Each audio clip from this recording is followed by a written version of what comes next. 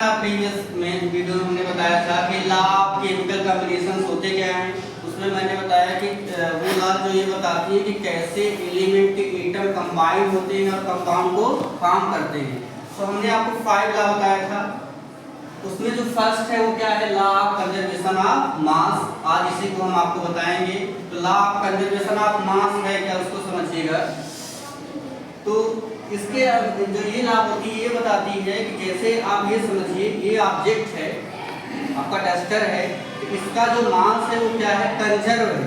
Means अगर हम चाहें कि इसका मास हम डिस्ट्रॉय कर दें, जितना इसका मास है बहुत करेंगे, इसको हम बर्न करेंगे या इसको ब्रेक कर देंगे और फिर कुछ भी कर ले, लेकिन इसका जो मास स्टार्ट में था वही इसका मास क्या रहेगा, बाद में भी रहेगा। मतलब इससे जितनी भी चीजें निकल रही सबको हम फिर से कंबाइन कर लें, किसी को कहीं जाने न दें, तो जितना मास इसका स्टार्ट में था उतना इसका मास बाद में भी रहेगा।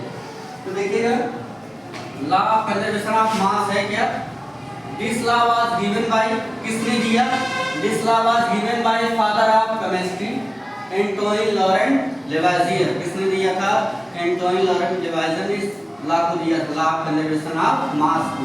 ये है क्या, according to this law mass can neither be created nor destroyed in any chemical reaction। कोई भी केमिकल रिएक्शन होता है तो उसमें न तो कोई मास क्रिएट होता है और न ही कोई मास डिस्ट्रॉय। जैसे मान लीजिए कि अगर मैं इसी चाक को लेकर के हीट करूं, अगर इसका स्टार्ट में मैं मास को इसके मास को मैं डिटरमाइन कर लूं इलेक्ट्रॉनिक स्केल से कि ये 1 ग्राम है 2 ग्राम है, तो जब रिएक्शन का एंड होगा हीट करने के बाद, तो अगर मान लो उसको हम क्लोज कंटेनर में करा रहे हैं तो उस कंटेनर का पहले इसको लेकर के उसका मास हम डिटरमाइन कर लें, फिर हीट करने के बाद डिटरमाइन कर लें, तो जो मास स्टार्ट में था वही मास बाद में भी होगा, मतलब वो मास कभी चेंज नहीं होगा। तो इसके क्या कहता है कि mass can neither be created nor destroyed in any chemical reaction. Means mass is conserve, mass क्या है, कंजर्व है, उसको हम डिस्ट्रॉय नहीं कर सकते हैं। Then in any chemical reaction mass of reactant is equal to mass of product. जितना रिएक्टेंट का मास होगा उतना क्या होगा, प्रोडक्ट का मास होगा। अगर इसका हम आपको एक एग्जांपल बताना चाहें, जैसे ध्यान दीजिए, अभी हमने आपको बताया चाक है ना, चाक का क्या केमिकल फार्मूला होता है, CaCO3। अब आप ये समझिए कि स्टार्ट में हमने कितना लिया, 100 ग्राम चाक ले रखा है क्लोज कंटेनर में। कोई ऐसा कंटेनर है जो पूरी तरीके से क्या है, क्लोज है, इसी हमने ले रखा है।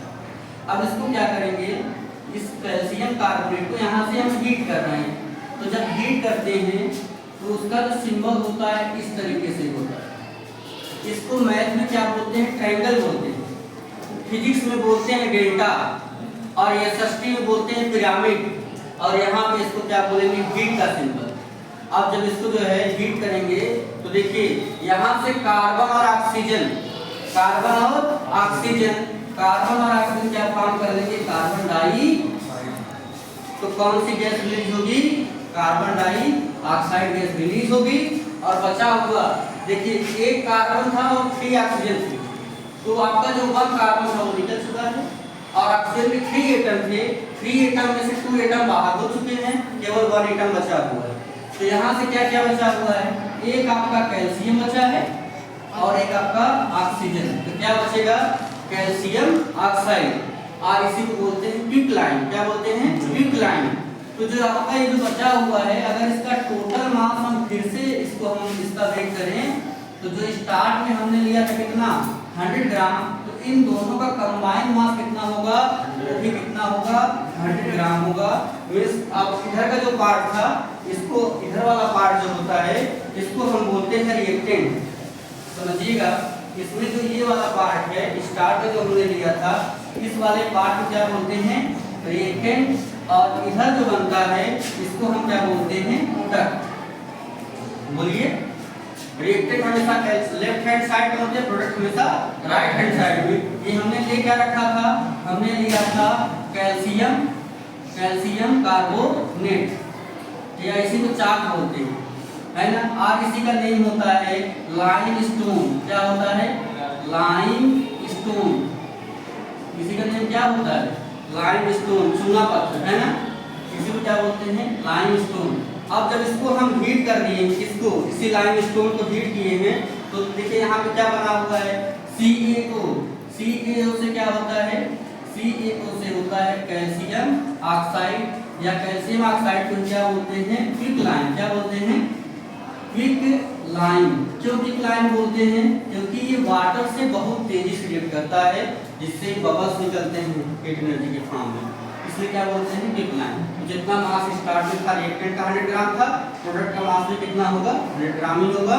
मास क्या है, कंजर्व है, मास को हम तो क्रिएट कर सकते हैं, जितना लिए स्टार्ट में उतना लास्ट में मिलेगा, मतलब डिस्ट्रॉय कर सकते हैं।